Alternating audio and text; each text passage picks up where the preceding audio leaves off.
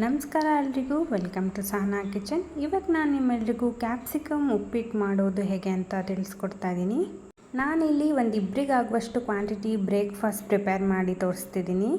ಮೊದಲಿಗೆ ಕರಿಬೇವು, 2 ಚಿಕ್ಕದಾದ ಹುಳಿ ಟೊಮೊಟೊ ತೊಗೊಂಡಿದ್ದೀನಿ, ಒಂದು 3ರಿಂದ 4 ಹಸಿಮೆಣಸಿನ್ಕಾಯಿ, ಒಂದು ದೊಡ್ಡದಾದ ಈರುಳ್ಳಿ, ಮತ್ತು ಸ್ವಲ್ಪ ಕೊತ್ತಂಬರಿ ಸೊಪ್ಪು, ಮತ್ತು ಸ್ವಲ್ಪ ಕಾಯಿ ತುರಿನ ಮತ್ತು ಶುಂಠಿನ ತುರಿದಿಟ್ಕೊಂಡಿದ್ದೀನಿ. ಅದ್ರ ಜೊತೆಗೆ ಸ್ವಲ್ಪ ಹಸಿ ಬಟಾಣಿ ಮತ್ತು 2 ಮೀಡಿಯಮ್ ಸೈಜ್ ಕ್ಯಾಪ್ಸಿಕಮ್ನ ಸಣ್ಣದಾಗಿ ಹೆಚ್ಚಿಟ್ಕೊಂಡಿದ್ದೀನಿ. ನಂತರ ಬಾಣಲಿನ ಬಿಸಿಗಿಟ್ಟು 1 ಟೇಬಲ್ ಸ್ಪೂನ್ ಆಯಿಲ್ ಹಾಕಿ ರವೆನ ಚೆನ್ನಾಗಿ ಕೆಂಪಾಗೋವರೆಗೂ ಹುರ್ಕೋಬೇಕು ಈ ಥರ.